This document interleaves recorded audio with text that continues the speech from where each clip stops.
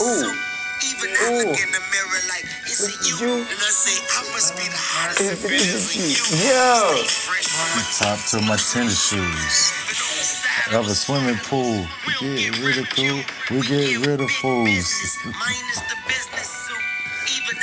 That's my reel that I'm posting. Hey. You know what though? This is why it's funny. This is why it's very funny. One, we have people walking through the show. I mean, that's really cool too. But what's very funny is that you two could be so happy with what happened to y'all this week. Oh, we feeling good. Freddie T tweeting and texting during the game. Look at us, we won game 2. We didn't even want to win it. Y'all didn't want to win game 2? Chan, we wasn't tripping on game 2. I know, because y'all was getting y'all ass whooped. No, I understand what was happening, but you acting like it was just, oh, okay, well, we're going to let them beat us by 18 runs. You guys had like a 5-run inning, and it's like, Florida Gators, we're so great. Oh, look at us. Caglione, we're going to have a top 3 pick. Guess what? We're going to have 1 and 2, and then what happened the next day? Y'all set a record. Look, we set a record for hits. Bah, bah, bah. We had a pitcher, best pitcher in the country. We warming him up. The man never had to pitch. We pitched freshman, finishing the game, stunting on y'all. I bought y'all both, but because I know that you guys haven't touched the championship in a long time, I bought both of you LSU hats to wear on our next show. So the next show that we do, I have LSU hats for both of you because I know it's important for you, Freddie. Chan, you wear hats as well. I have both of you LSU hats. Now you can feel like a champion. That was nice. That was nice. You got to the point yet? Yeah, that we beat y'all. That we are the champions again. That now we're just so used to doing this, they don't know where it started. Right? On ESPN, they were like, Angel Reese, oh no, that was Joe Burrow that did it. Like, we just doing it for all sports now. We're the littest school. We're the littest school in athletics in the NCAA, right? You know what? That's true. Hold up. Limitless. Niggas to me can't pin in it. I fought the head to witness it. Got my people feeling militant. Way I'm feeling got me up. On the mission got me up. Knowing me, I got the key. Only vision I can trust. Trust. Limitless. Niggas to me can't pin in it. I fought the head to witness it. Got my people feeling militant. Way I'm feeling got me up. On the mission got me up. Knowing me, I got the key. You know what? I gotta tip my hat to your alma mater. Thank you. You know, but you don't have to rub it in our face, right? No. The All-Sport Championship always goes through Florida. The All-Sport Championship goes through Florida. Y'all don't even know. Every single year, I tell people that, and they want to make fun of it. It's basketball. It's football. It's the major sports. No, Florida runs NCAA athletics. Chan, but y'all haven't won anything. Florida runs.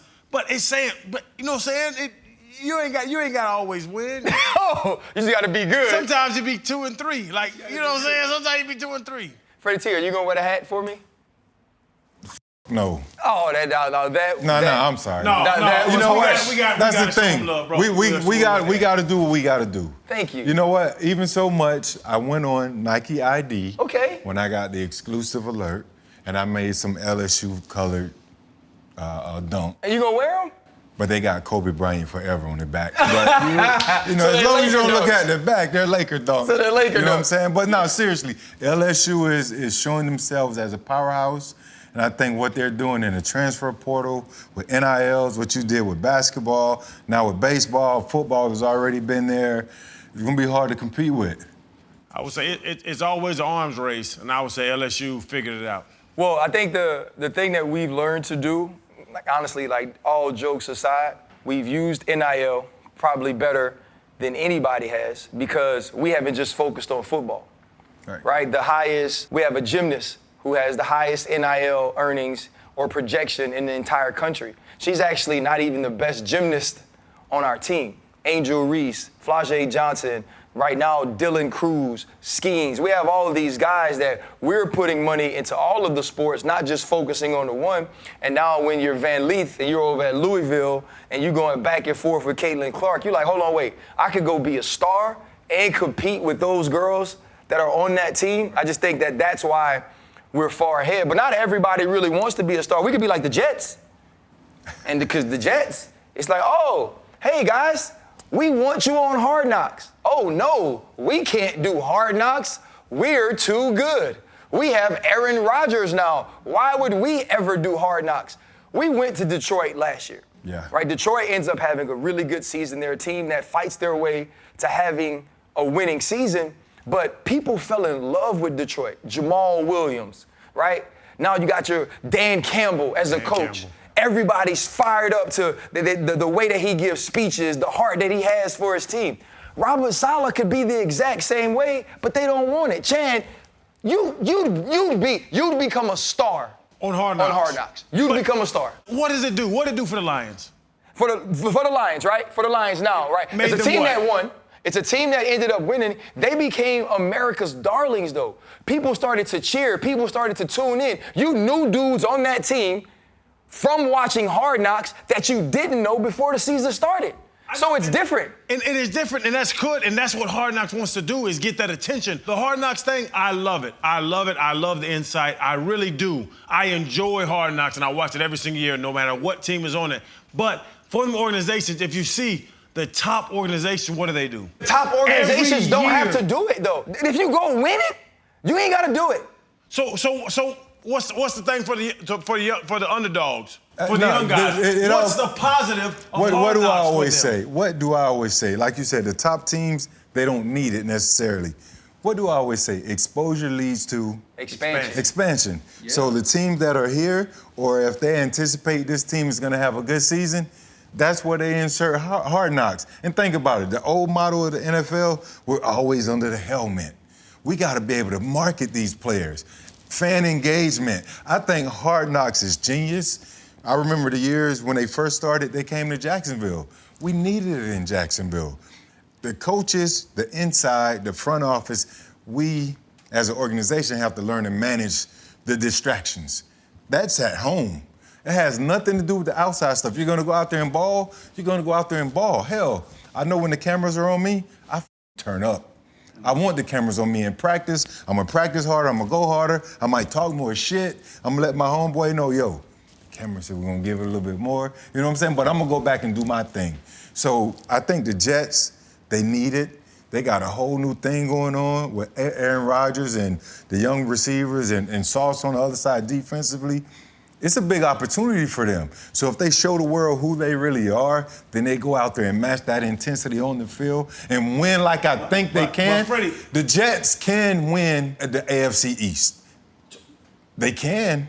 The Jets. Yeah. Miami could fizzle out. Bro, I like Miami, Miami is the Buffalo, front runner. Buffalo's won it 3 years in a row. 13, what, it was 13-4 last year or something like that. Bro. The Miami Dolphins, what they're doing right now, adding Jalen Ramsey on the other side of Xavier Howard, with Tyreek Hill, with Jalen Waddle, with Raheem I did Mostert. not say they were The gonna Miami win. Dolphins have 4 of the fastest people in the NFL at the top 8. I didn't And say y'all they were talking about going to the win Jets it. are about I didn't say they about were do going that. to win it.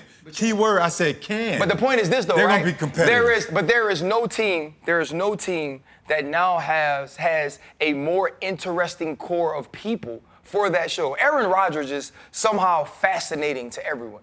Right? The reason that he's on Pat McAfee every Tuesday sitting on his couch is because he's Aaron Rodgers, and Aaron Rodgers has this conspiracy theorist way of thinking that everybody loves because they can't understand it. Right? They don't know what it is. It's just provocative. It gets the people going.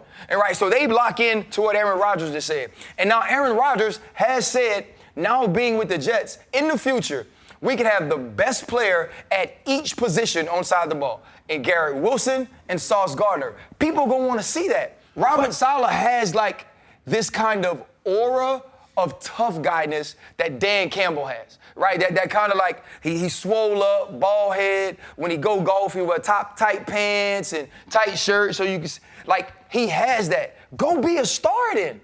Go become a star, or go show us how well you coach. I feel like there's a level of insecurity when you don't want to do Hard Knocks, because they can't stop you from doing your business. No. It's not insecurity, it's irrelevant. And I enjoy Hard Knocks. It's something more. As Robert Saleh sits there, as Dan Campbell last year, they now have to figure out a way to now do what they're doing day to day, and also appease Hard Knocks. I love Hard Knocks. But as a young coach, why would you want to put that on your plate? Why would you want to put that in your building? Where are these young guys? And we know these guys. They do not need more distractions. And I sound like the old uncle that's just mad at the world. Freddie, what you just say? I have to go to my teammates and say, hey, I'm gonna amp it up for the cameras today. A little bit. Put a little sauce on it. But why would you want a young team? Why would you want a Sauce Gardner? But no, the reason, Freddie, why would you want them to have to go to each other and say, hey, I'm a let's do it for the veteran. camera? I said it, I'm a veteran. I know how to show up. What's the one common denominator in sports? Definitely in the NFL. When you're talking about players, even coaches, it's competing and it's challenges, it's opportunity. Dan Campbell, he welcomed the opportunity. They went out there, they embraced it, they went and had a good season. The Detroit Lions, probably been the worst team in the last decade. They embraced the opportunity. Saleh, no different. Allow Hard Knocks to come into the stadium, into the facility. Just open it up, man. Show everybody your personality, what you bring to the table. Or you could just get a tattoo on your face when the dude dead. Hold up. You stopped my thought for that. I wasn't trying to stop your thought. I was trying to help it, and you stopped talking. You know what? So, it might look like when Channing got the stripper for Nick Saban. for Nick Saban. Gotta tighten them up. Hey, The tattoos and all. That's like $2 tat. Chan, and I've been wanting to talk to you about this for sure. Freddie's so level-headed that I already know where Fred's going to go. But I think you're going to surprise some people here, right? I do, right? So Zion Williamson, weeks ago, comes out and he makes an announcement. It's an announcement that he and his current woman, I think her name is Akima, that they're expecting a baby. Mm-hmm. And because they're expecting a baby, Mariah Mills, who some may be familiar with, I know not you, but some people may be. I've searched her. Some people may be familiar with her. She goes on this Twitter rant, ends up getting suspended from Twitter. She's at him, to me, in what could be considered a level of harassment, right? And then now, over last weekend, I don't know whether it's true or not, if she really got it. You never really saw the needle touch her face. Apparently, or at least she wants the world to think, or Zion to think, whatever, that she got his name tattooed on her face. Mm-hmm. My question is this. The way that people were dragging him, or the way that different pundits were saying things about him and giving true critique on who he was as a man, my thought process is that Zion Williamson has done nothing wrong. To your point, what did he do wrong? What did he do wrong? Off the court, your sex life is what it is. I know you're laying it out perfectly, RC, and I appreciate what you're doing. It's his sex life. What does this sex life have to do with other people? We can go back to Paul Pierce when he got in trouble with ESPN, but he was already retired. I just want people to think about the guys off the court or off the court. What they do is what they do off the court. Zion, and we've all seen the stories, and the reason she's getting the Zion tattoo right on her face is because supposedly there was something right on her face there. Read the story. What was on her and face? And it's nasty. I don't know. What was on her face, he spit on her and all that stuff. Like me and Asia get down. I don't know. I might have, it is what it is. It's nasty. It's nasty type shit. But what does that have to do? The thing that upset me about that story, RC, to answer your question, is that people were saying that the Pelicans need to trade him because she requested him to get traded. They need to trade him because he's played in 39% of games since he's been in the league. That's why they need to trade him. I don't believe in Zion Williamson. He's overweight. He doesn't take his job seriously. This is how I feel about Zion Williamson. He will never maximize his ability because of the fact of what he does and how he treats his body. That's why the Pelicans should move on from him and bring whatever they can. Let's ask this. But Freddie, for anybody to question a guy off the court, what he does, who he's spitting on, what he's doing, if he's having unprotected sex, I don't care if you get herpes. I really don't. If you can dunk and drop. Have herpes and drop 38 points a night. Nobody cares. You're my favorite player in the world. Drop 38. You can have whatever you want.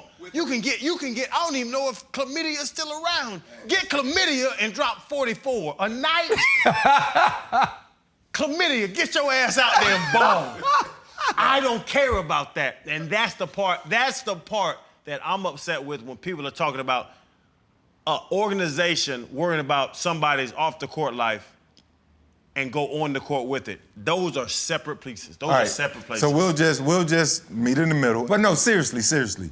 How much of that, what he's doing off the court in his private life, how much of that do you think is affecting the fact that he's only played in 39 games? Those extracurriculars, I was in Miami heavy back in my days, and I had my share of injuries. And I buttoned it up at midpoint in my career. I was like, this is what I got to do to stay healthy, and the game got easy.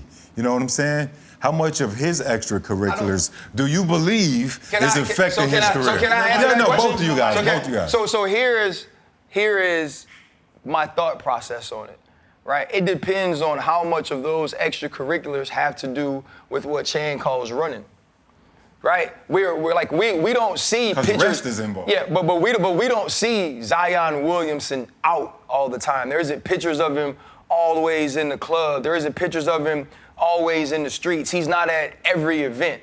Let's just say you a young dude who has one woman. And, like Chan mentions it all the time. Him and Asia, they might do whatever, right? If you're getting as nasty as you want every single day with the same chick, right? If it's the same amount of activity as Zion was doing with whomever he was doing it with, is that going to affect the way you play? Would we look at him and say to him, hey man, you and this one woman that you're always with and you're always spending time with, we wouldn't. What it is the situation got messy. People do not handle things in home anymore, right? We haven't grown up in a world where one-on-one communication is what's paramount anymore. I don't have to look you in your eyes and have a conversation with you and get an answer from you that matters to me. I got to get an answer from everybody else. And because we as people are so effed up, we need help. Right. You know what I'm saying? Like we're scared to go to somebody and say, you know what? I'm effed up, but I feel like you've effed over me as well. I have a problem with it. Let's have a discussion. Yeah. So instead of doing that, let me go to my 1.1 million followers who know nothing about me, whether I'm a good woman, whether I've done right, all these things, and I'm gonna put out private messages, or I'm gonna let people know what's going on with us. And now this man has to deal with that. And I get it. Don't do it if you don't want to deal with it. I get that. But an unmarried, single man, right? To now have to deal with that. The part about playing is fine. That's a fair assessment on who he is and how he approaches the game. But now, man, like the jokes and the way people getting at him, like even I had one slipped out. I was like, man, shoot, Baltimore is gonna have more options than Zion Williamson. Maybe Zion only had two. But I just think that we have to be very careful in taking someone's personal life in that sense and saying that could be a reason why they aren't playing well. And it's funny. No. To your point, quickly. Phillip Rivers, he got like 14 kids or something crazy.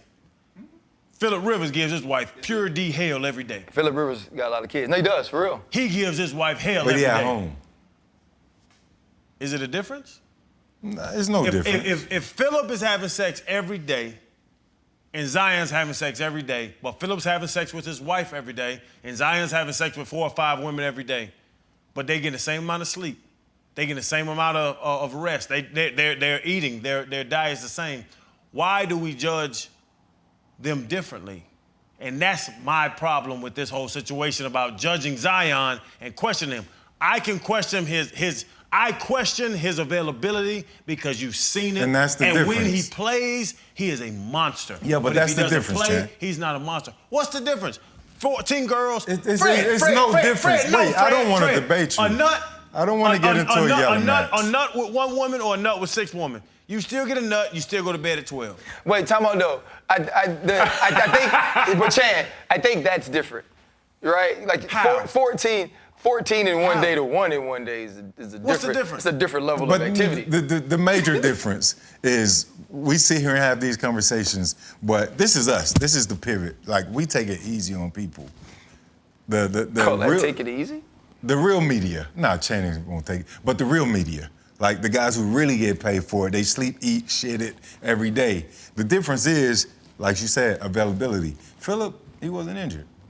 As long as Zion is injured, that's the biggest difference. But before we drop step, pivot, and go to the next conversation. Okay, so, because I know you got something to say, but it also just goes to the overall athletic mindset of, if you're balling, I can accept certain things. Bingo. Like if Zion played 75 games this year and was available in the playoffs and was playing the way he played early on in his career, like, we would love that, you know? And like, think about, and I just remember being 11, 12 years old, however old I was, when Magic Johnson made the announcement. And just remembering that he was a baller and that he was likable. And I was sad. At that age, it didn't even equate to me that it meant he might have been running women. And now I've heard those stories later on in life as I've aged, but it still was like, oh, like, that's just how Magic lived. And it tells you, especially in America, man, the things that we are willing to forgive successful, especially men for. Right. And I think Zion's problem is, like you said, not being available, and now having these things come out. You can't not produce and then also have trash things like this happen off the court. So, major drop step like Zion, let's pivot. Since we're talking about messy, that's all messy. The BET Award. Well, first, let me back it up. Clout chasing is at an all-time high. I think that's what the attention for the tattoo and all of that, and that's the end of that. But the BET Awards, messy.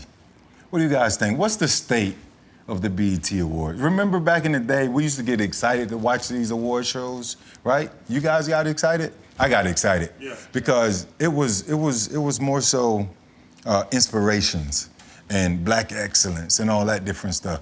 Now it's like, what's this? And I hope they can pivot and change it up, because Tyler Perry bought it and I support him.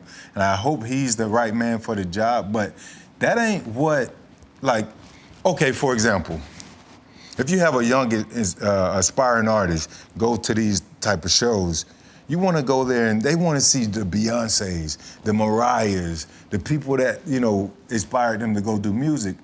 They ain't getting that. I think we got to figure it out. Fred, what you guys think? Fred, it's what I always say. Don't say this podcast is a great black podcast. This show is a great black show. This show is a great show.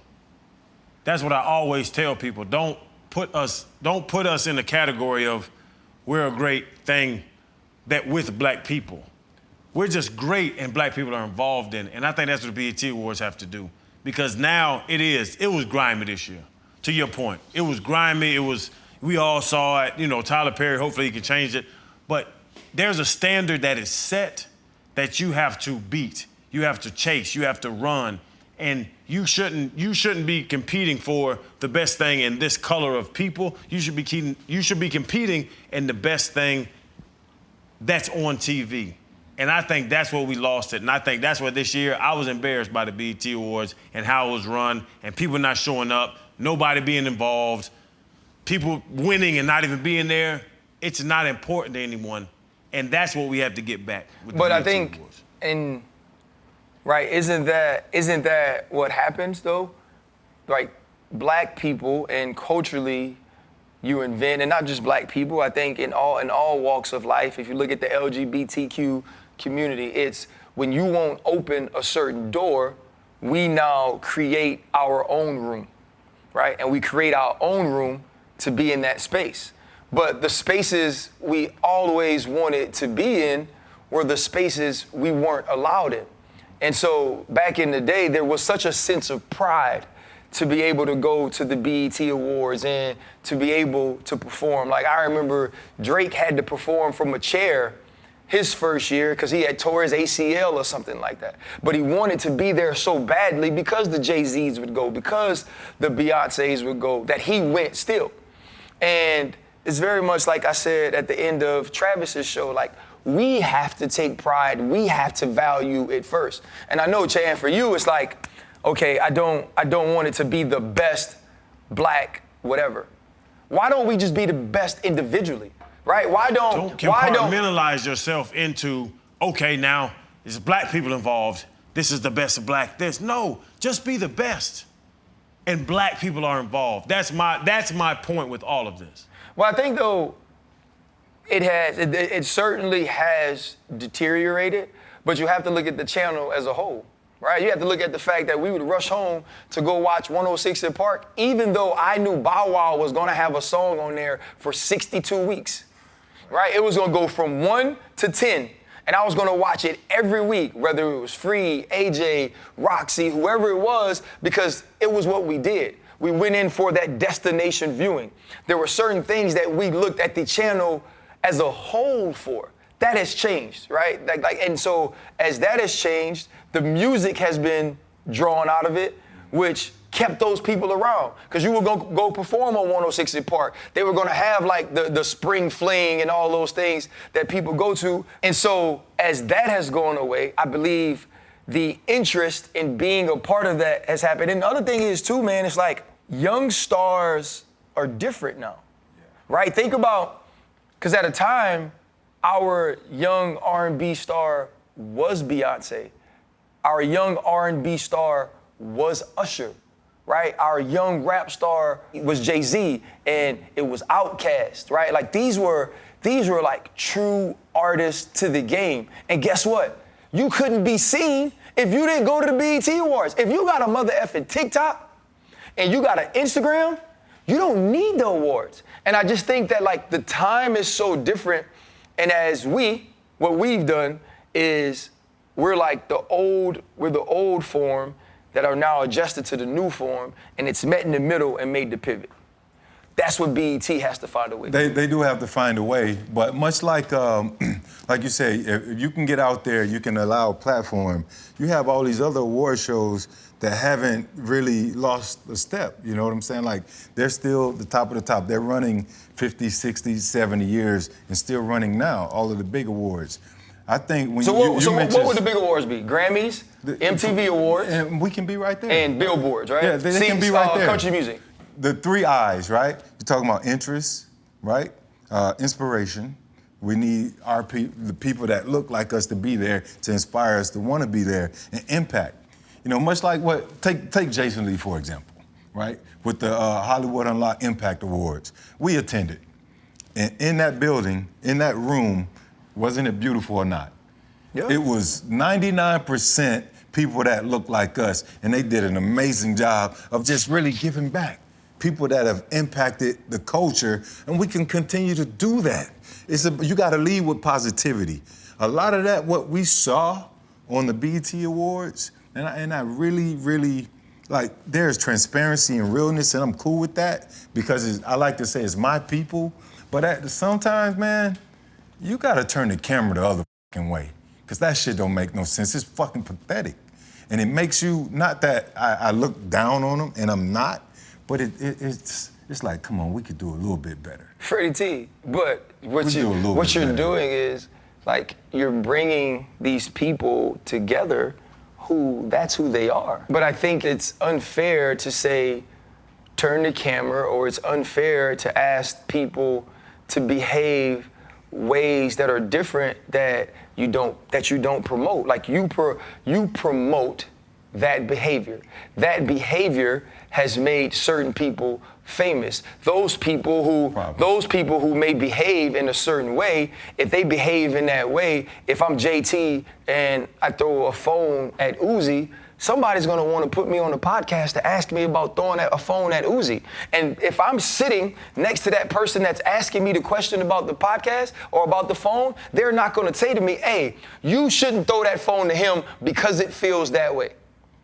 You shouldn't throw that phone at him because it feels that way. You know why? And you know how I know? Because we sit up here, bro, and we very rarely do that, right? We have to We give people the space, and we'll ask the question, and we've asked hard questions, and we try to dive into things, but we don't try to change the way somebody is. We don't try to change the way that somebody acts or the way somebody else behaves. And so we wouldn't tell her come on here to talk about throwing the phone, but somebody will, right? Somebody will put that on Instagram 4 million times. Real Housewives of whatever. Real Housewives of Potomac, this dude, they're getting divorced. People love it, and we embrace it. Our culture embraces the bullshit of that. To your point, they love that. I'm gonna say Real this. Housewives of all that, bro. We love it and we support it, and that's why they want to do it. Listen, all cultures. I'm not gonna let us do that because we ain't on Real Housewives of Orange County and they cut the food. We ain't on Vanderpump. We ain't on Shahs of Sunset. So that's what reality is. It's not that just our TV. Culture embraces it. No. The whole culture embraces it, and we've been a part of some of them, and I've seen how those things are shot.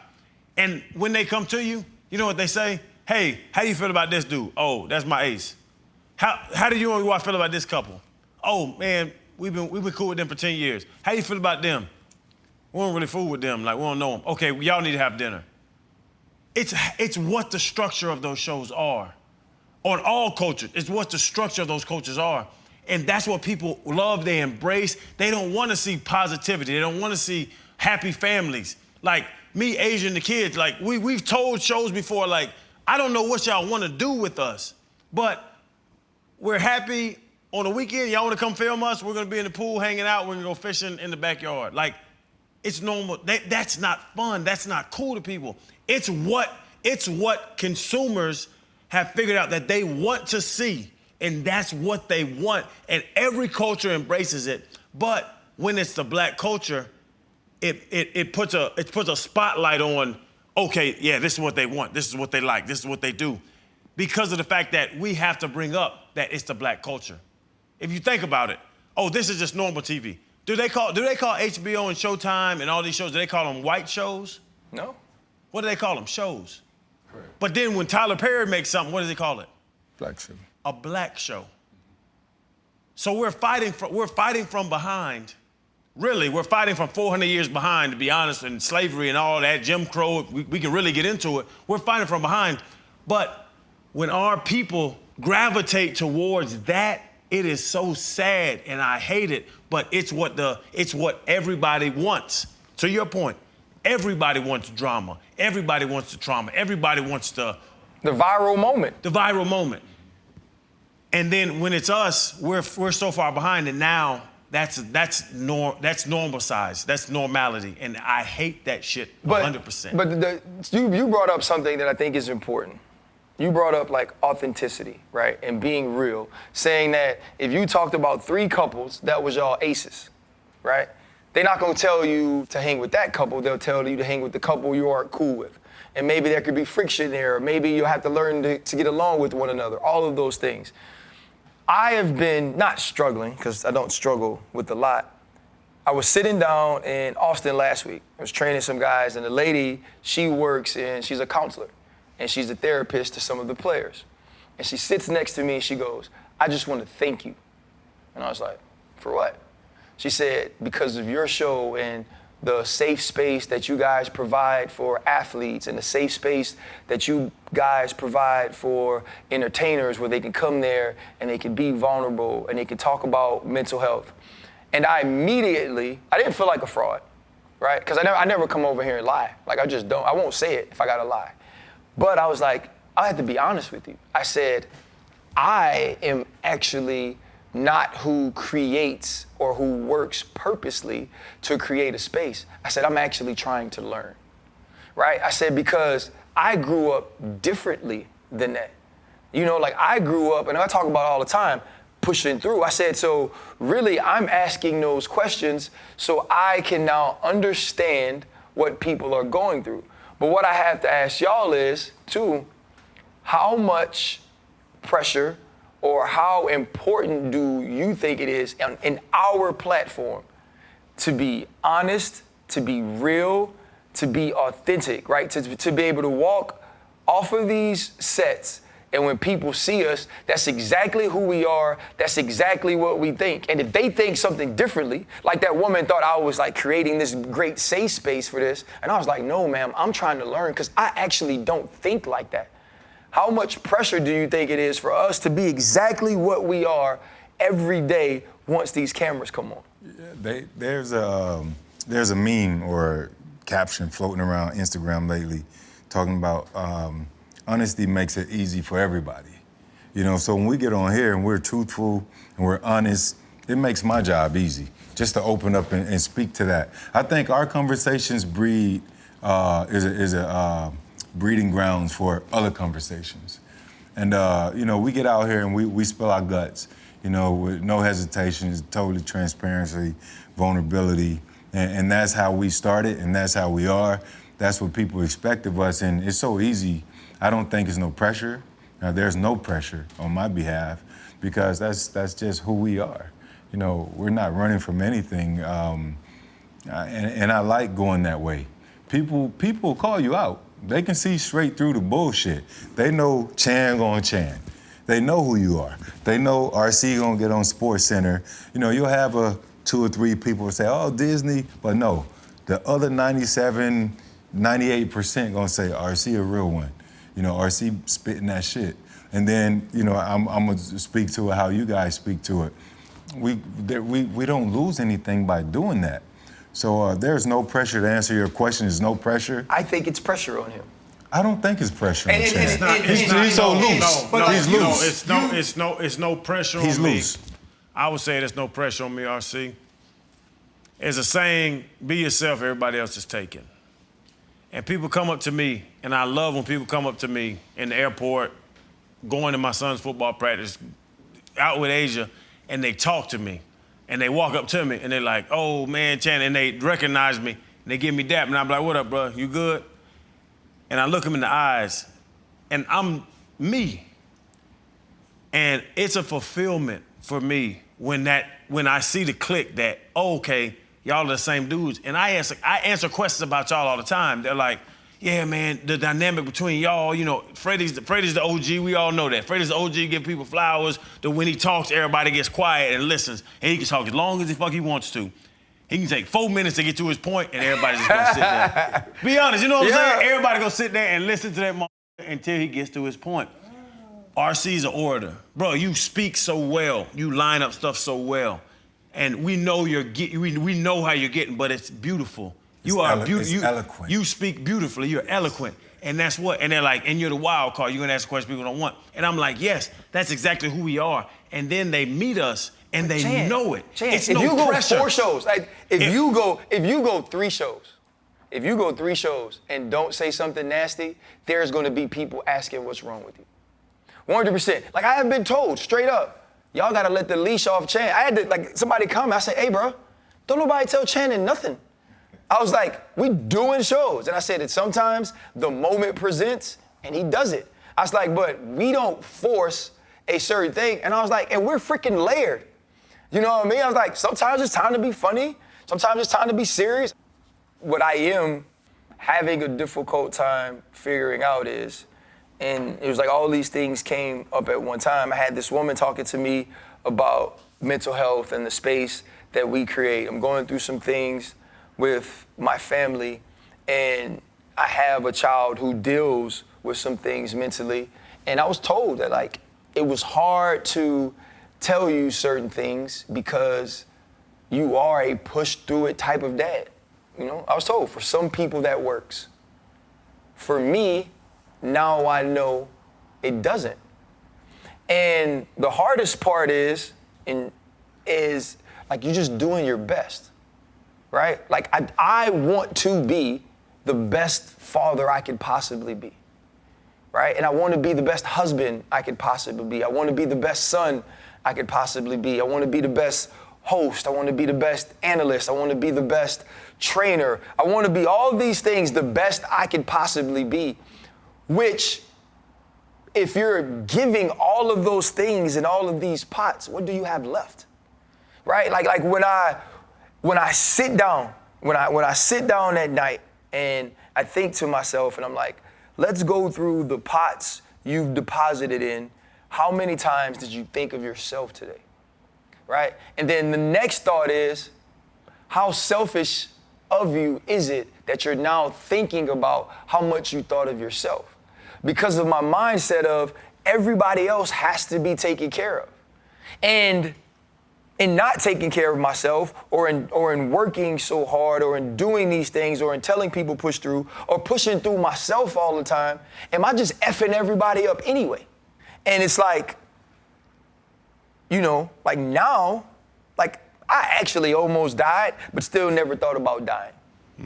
You know? But now I think about it all the time. And not in this morbid, like I'm scared kind of way.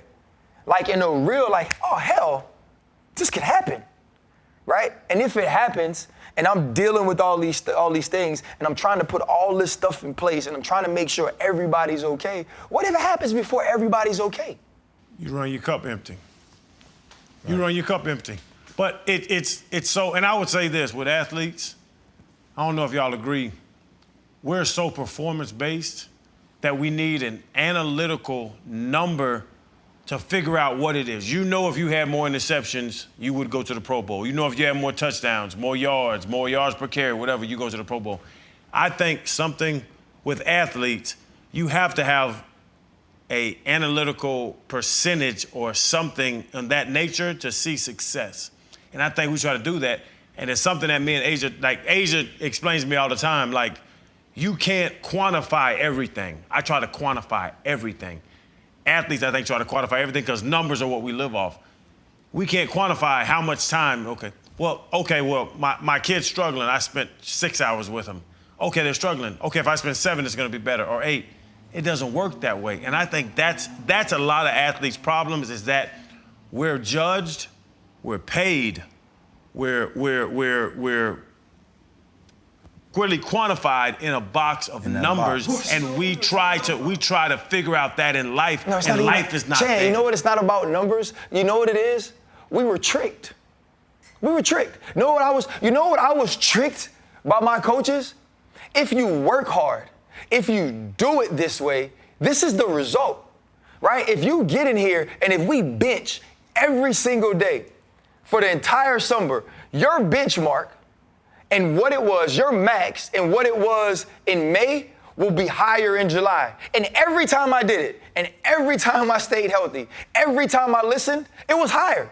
Yeah. I was stronger, right? If I ate a certain way, it worked out, right? As long as it was things I could control.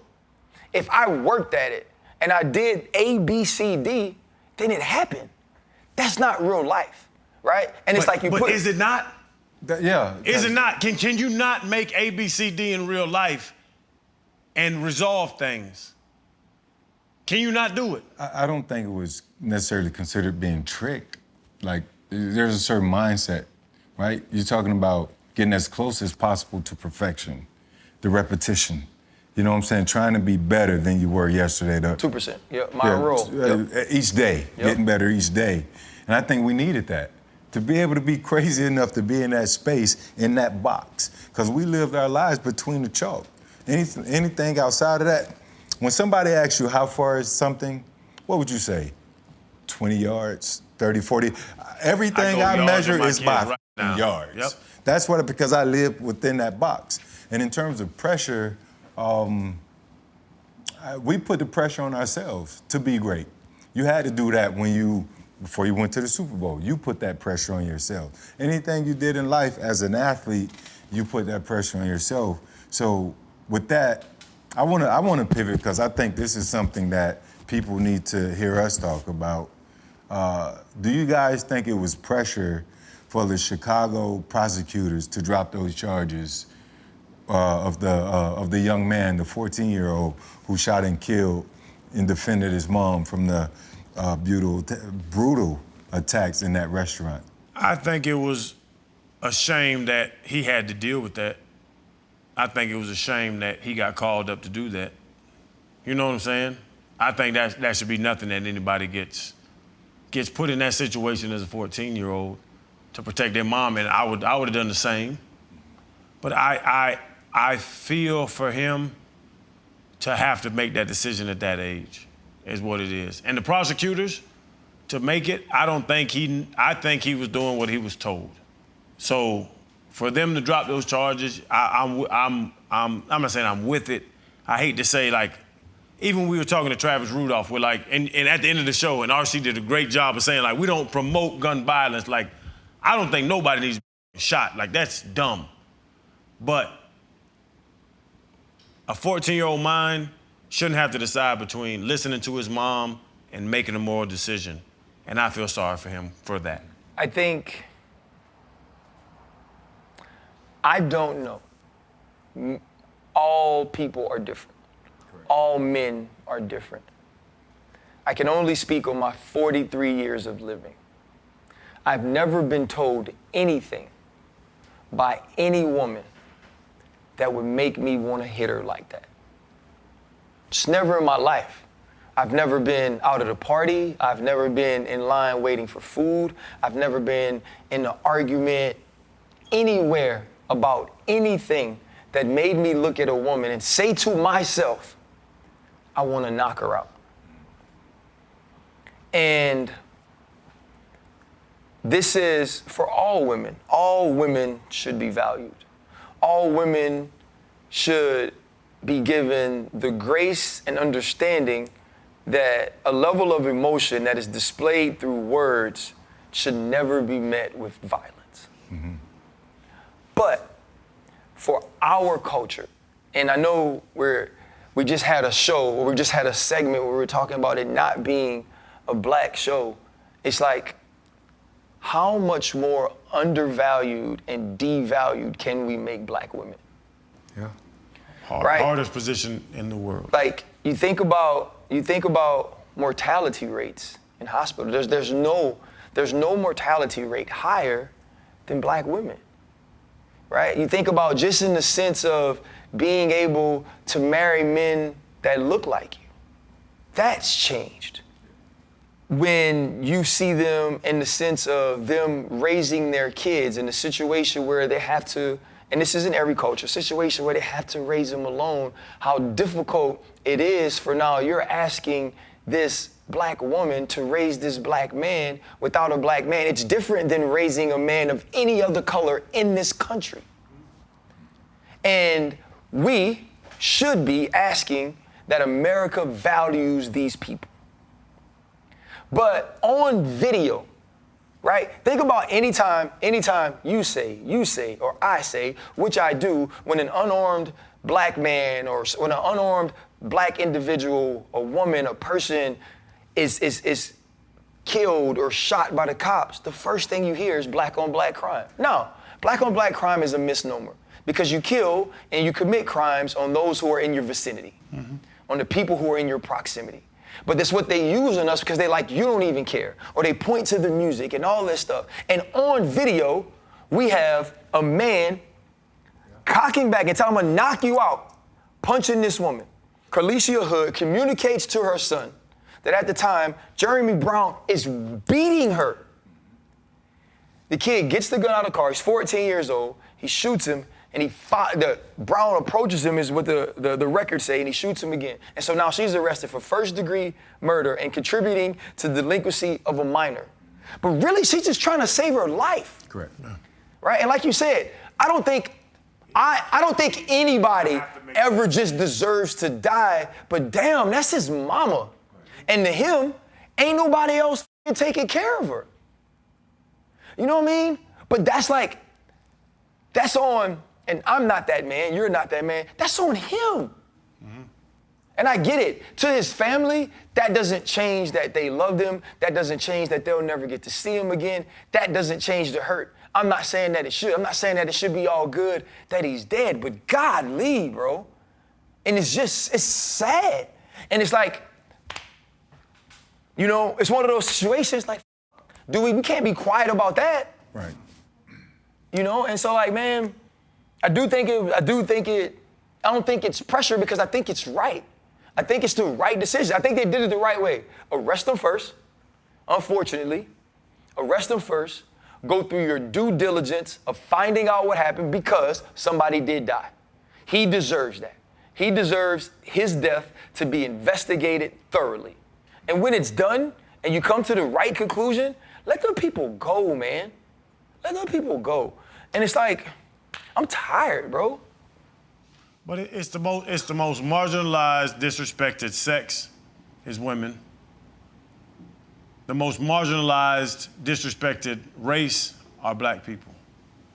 A black woman is the most disrespected, marginalized, redlined, all the cute shit you want to say in the world. It's what it is. It's hard to, it's the hardest person to be every day that wake up as a black woman. And now, how do you navigate that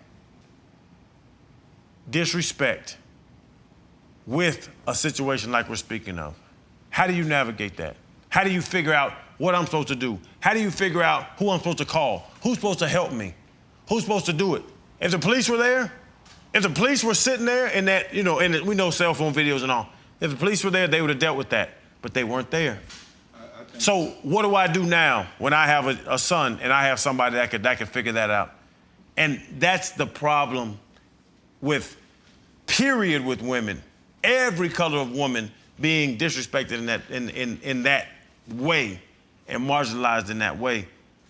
But now, how do I deal with this situation at hand? And I think it's a lot of times and a lot of things that happen with people of all colors. Yeah, this is the way it's supposed to be. But as we watched that video, we saw what happened.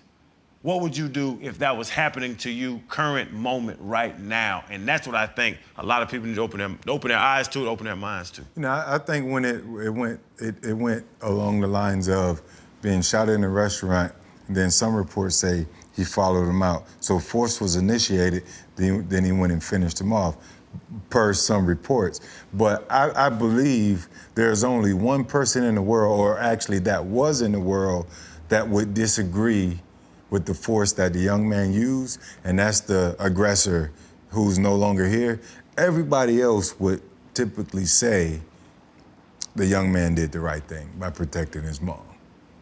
I mean, what else are you gonna do? Oh, you're 14, what else are you gonna do? So I think the prosecutors got it right.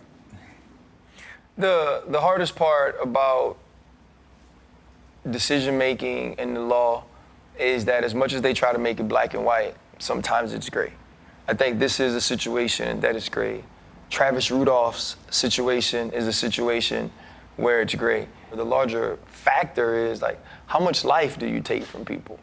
In Travis's case, it took 2 years from it. Mm-hmm. You know, from 2021 to 2023, your life is forever changed. And I think that those are the things that you have to really look at in that.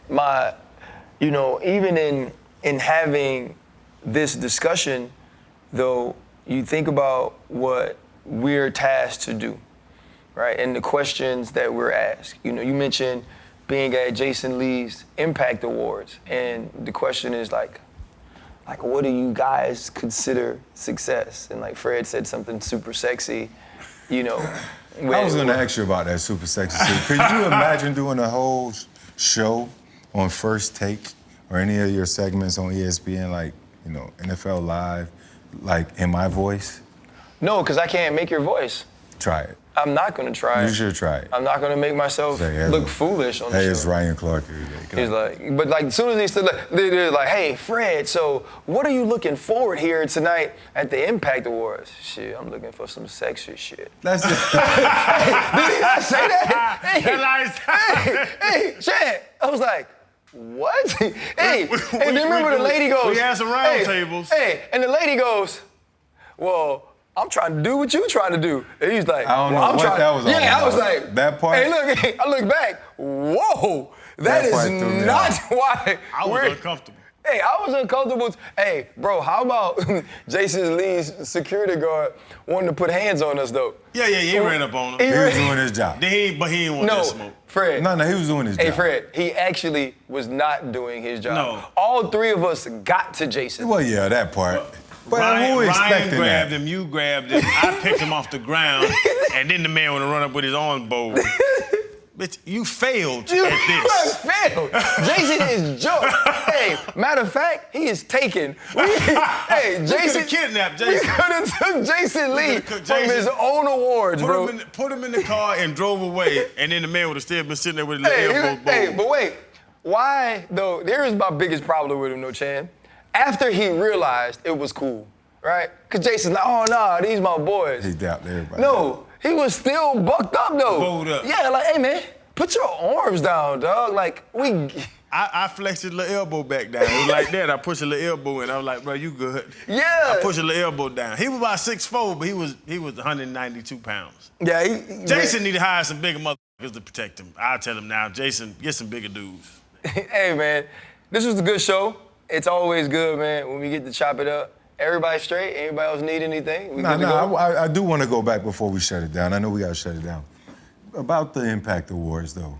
You know, we came out, we supported Jason, but it wasn't about that. It was actually showing up, you know, and being an impact, giving back.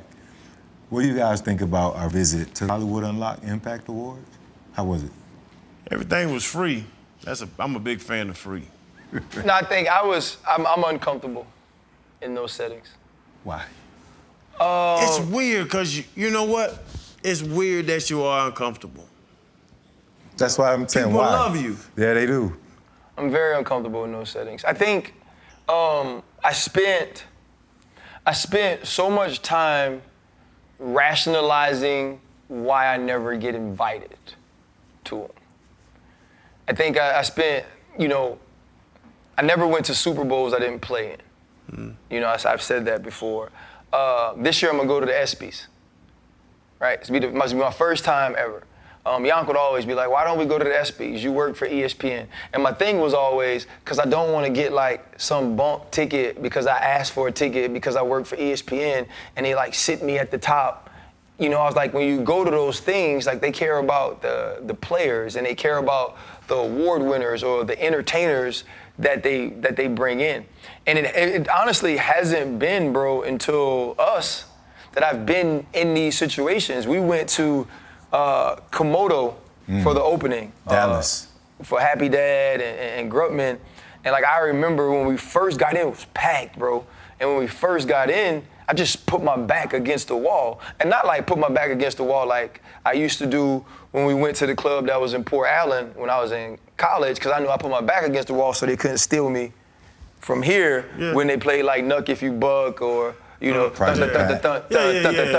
I knew, okay, we finna throw. It wasn't like that. It was just like I was uncomfortable. And then when I get in atmospheres where everybody has to be somebody, right? Like what I like is we go to like a hole in the wall that my dad would like, and we just sit in the corner. And like we could drink and just talk. But when you're in those places and everybody has to be on and every interaction has to be this interaction about who you are, like that's uncomfortable for me. And I thought it was beautiful. And then I see people who like flourish in that, right? Like when Floyd walked in, I was like, this is what he does. You know what I mean? He had the vest on, he had the brim on, he was iced out, cheesing, smiling, just as comfortable because that spotlight is where he's best. I'm not. You know, like I've said it before, like my baseline is like work. My baseline is trying to get there.